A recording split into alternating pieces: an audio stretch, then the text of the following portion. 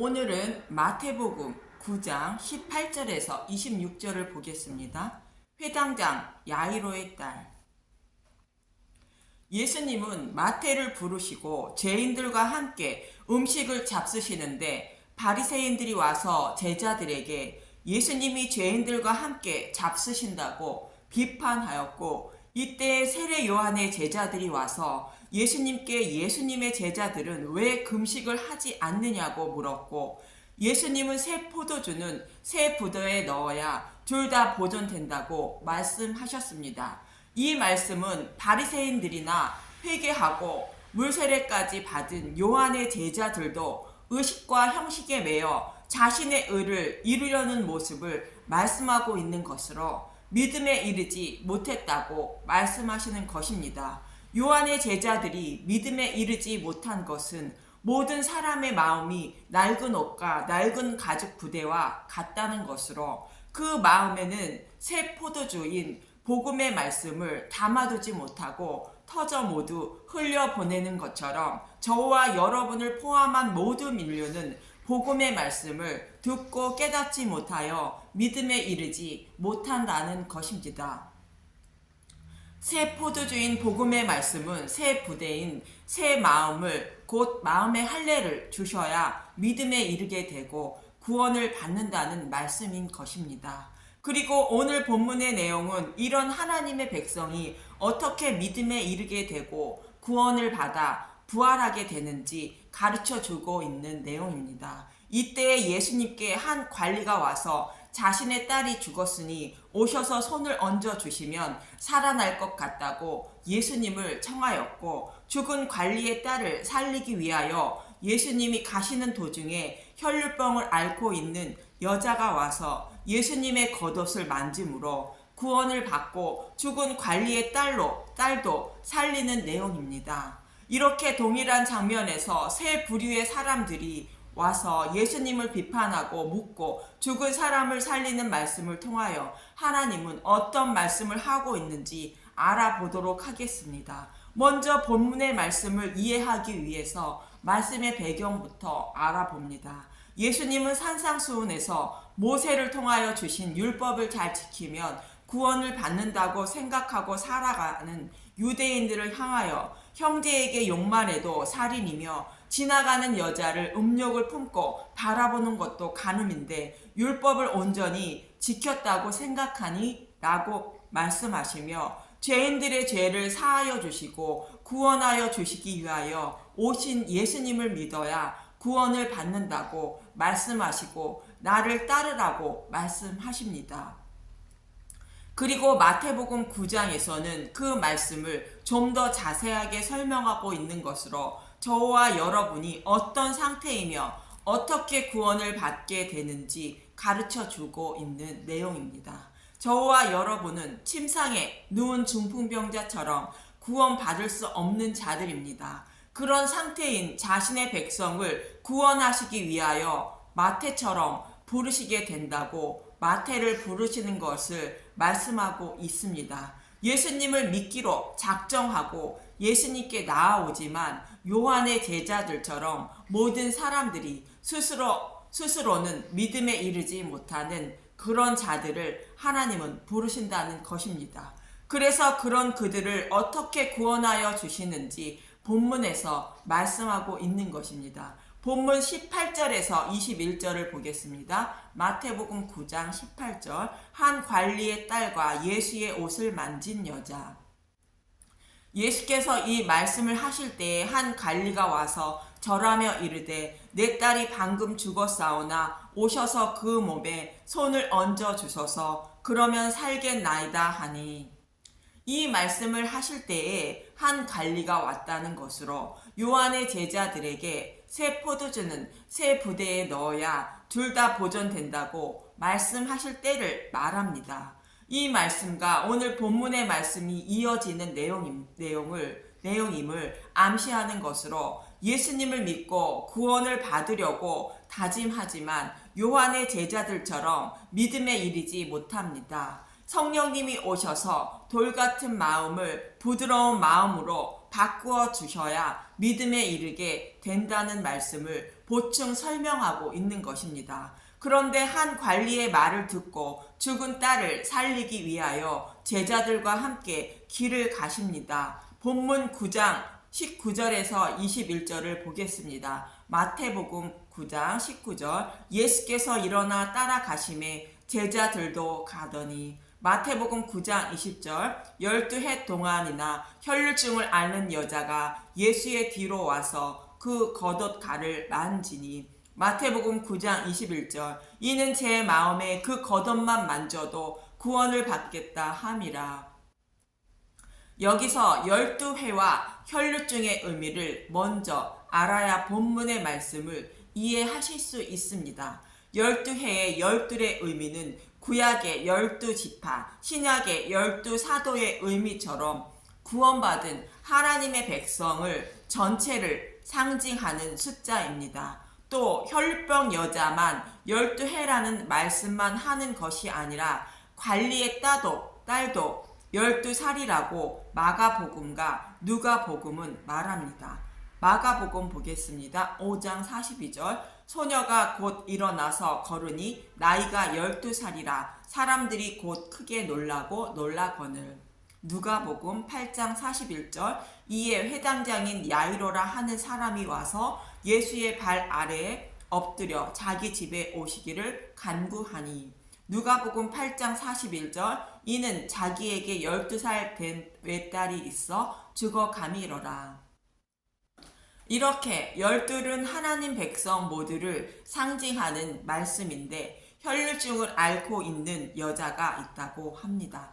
혈루증의 의미를 알기 위하여 레위기 15장 1절에서 3절의 말씀을 보겠습니다. 레위기 15장 1절 몸에 유출병이 있으면 여호와께서 모세와 아론에게 말씀하여 이르시되 레위기 15장 2절 이스라엘 자손에게 말하여 이르라 누구든지 그의 몸에 유출병이 있으면 그 유출병으로 말미암아 부정한 자라. 레위기 15장 3절 그의 유출병으로 말미암아 부정함이 이러하니 곧 그의 몸에서 흘러나오든지 그의 몸에서 흘러나오는 것이 막혔든지 부정한즉 하나님 백성의 몸에서 무엇이 흘러나오고 멈추지 않거나 나오다가 막힌다면 유출병으로 구원받지 못한다는 의미인 것입니다. 본문에서 나오는 혈루병은 레위기에 나오는 유출병으로 몸에서 피가 흘러나오는데 멈추지 않는 것을 말합니다.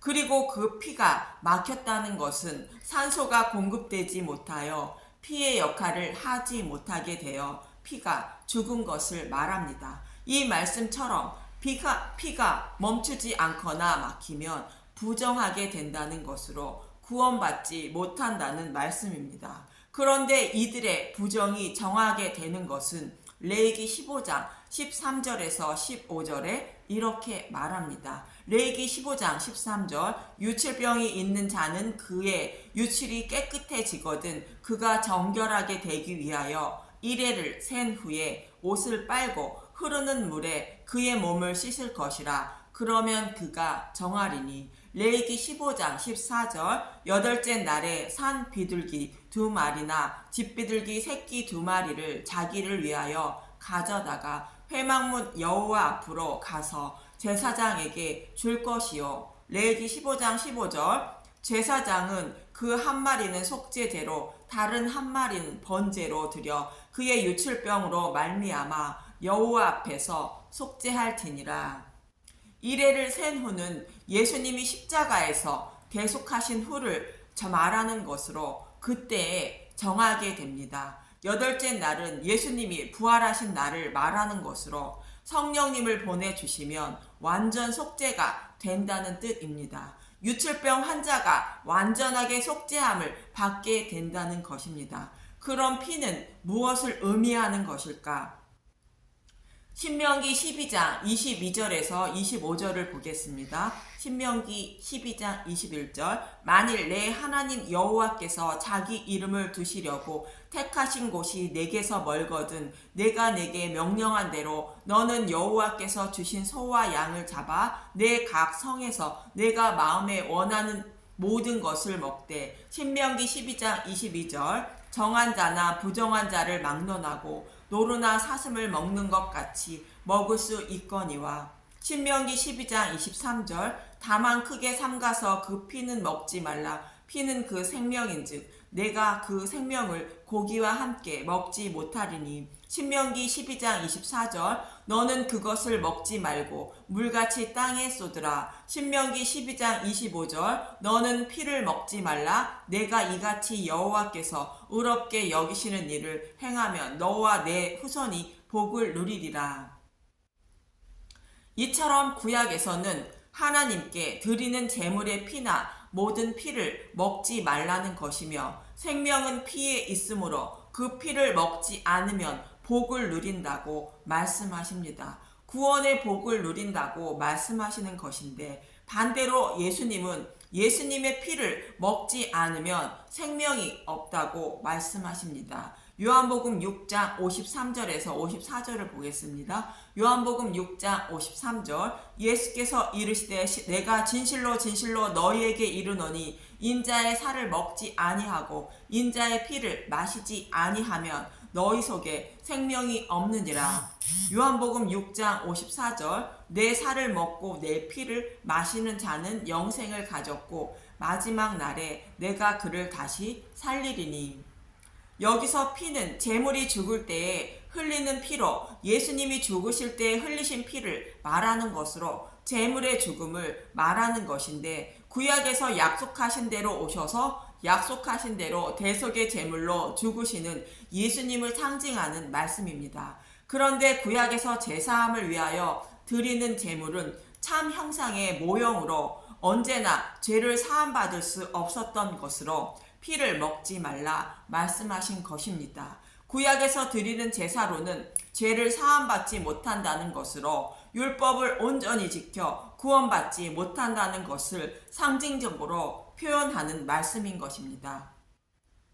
히브리서 10장 1절 율법은 장차 좋은 일의 그림자일 뿐이요 참 형상이 아니므로 해마다 늘 드리는 같은 제사로는 나오는 자들을 언제나 온전하게 할 수 없느니라. 이처럼 구약에서 드리는 제물의 피는 모형에 불과하니 곧 가짜 복음이니 먹지 말라는 것이며 참 형상의 제물인 예수님의 대속의 피만 곧 복음만 먹어야 생명을 얻을 수 있다는 것으로 피는 생명이라고 말하고 있는 것입니다. 쉽게 말하면 구약의 제사인 율법을 온전히 지켜 구원받을 수 없다는 것이며 예수님을 믿어야 구원을 받을 수 있다는 말씀입니다. 이 말씀이 피의 의미인 것입니다.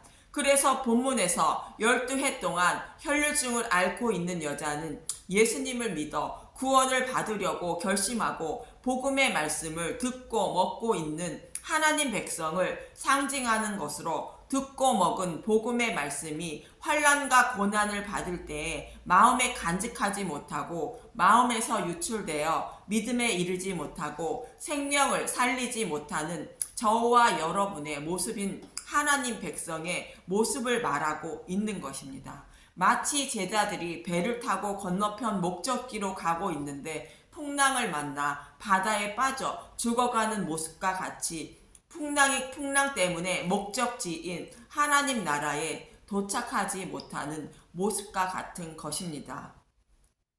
이 의미를 담고 있는 것이 혈류병을 앓고 있는 여자인데 낡은 옷과 낡은 가죽 부대와 같은 세례 요한의 제자들의 모습을 혈류병 여자를 표현하고 있는 것입니다.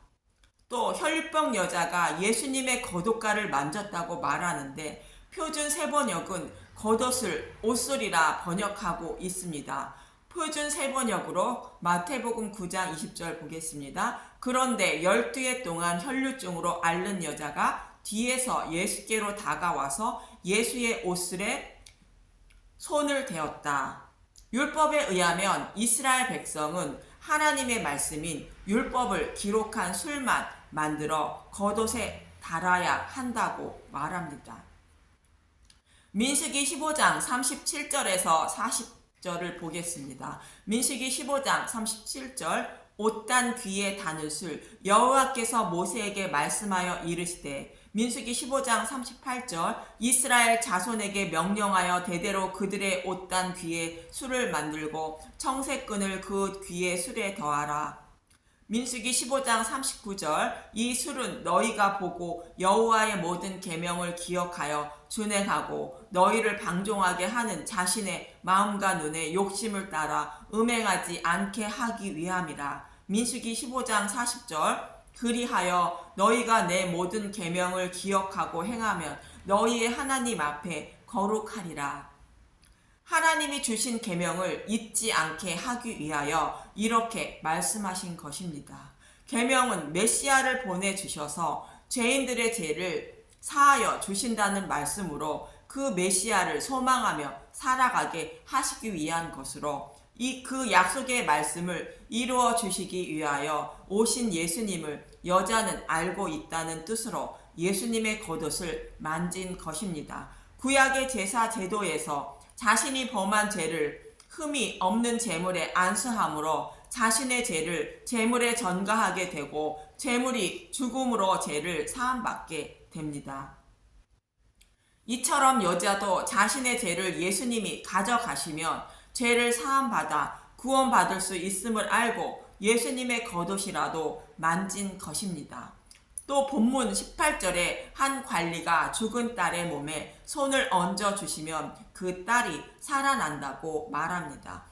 마태복음 9장 18절 한 관리의 딸과 예수의 옷을 만진 여자. 예수께서 이 말씀을 하실 때 한 관리가 와서 절하며 이르되 내 딸이 방금 죽었사오나 오셔서 그의 몸에 손을 얹어 주소서 그러면 살아나겠나이다 하니 이 말씀 또한 자신의 딸이 죄 때문에 죽은 것을 알고 딸의 죄를 예수님이 가져가시면 딸이 살아날 것을 알고 예수님께 청한 것임을 알 수 있습니다. 그래서 본문 21절에 이렇게 표현하고 있습니다. 마태복음 9장 21절 이는 제 마음에 그 겉옷만 만져도 구원을 받겠다 함이라. 혈류병에 걸린 여자는 자신의 죄를 참 제물이신 예수님께 전가시키면 예수님이 자신의 죄를 가져가실 것이며 구원을 받게 된다는 믿음이 있었다는 것입니다. 그리고 본문 22절을 보면 마태복음 9장 22절 예수께서 돌이켜 그를 보시며 이르시되 딸아 안심하라 내 믿음이 너를 구원하였다 하시니 여자가 그 즉시 구원을 받으리라.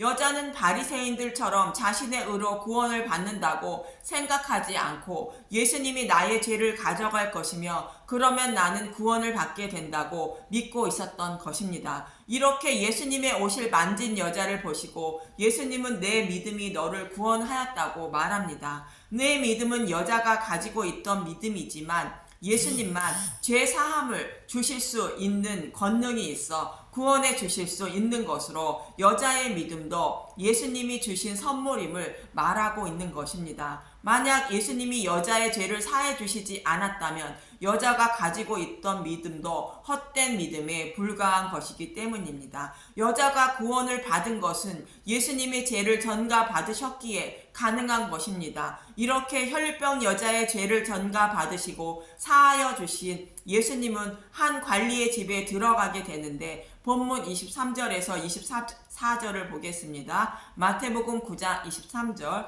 예수께서 그 관리의 집에 가사 피리 부는 자들과 떠드는 무리를 보시고 마태복음 9장 24절 이르시되 물러가라 이 소녀가 죽은 것이 아니라 잔다 하시니 그들이 비웃더라.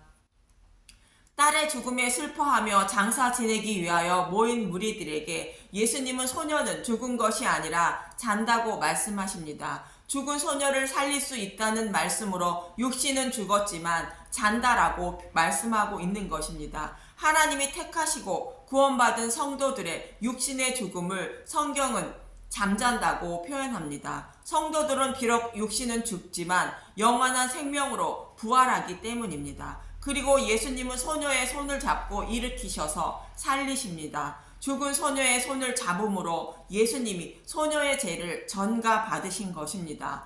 본문 9장 25절에서 26절을 보겠습니다. 마태복음 9장 25절. 무리를 내보낸 후에 예수께서 들어가사 소녀의 손을 잡으심에 일어나는지라. 마태복음 9장 26절. 그 소문이 그 온 땅에 퍼지더라. 이렇게 본문의 내용은 죽은 소녀나 혈류병 여자나 동일하게 12살과 12해라는 공통점이 있고, 예수님의 손과 옷에 손을 대어 예수님의 죄를 전가받으셔서 제사함을 받고 죽었던 소녀가 살아난 것입니다. 이렇게 본문의 말씀은 믿음에 이르지 못하는 혈류병 여자 같은 하나님 백성이 어떻게 죄를 사함받아 구원을 받고 죽은 소녀가 살아나는 것처럼 부활하는지를 설명하고 있는 것입니다.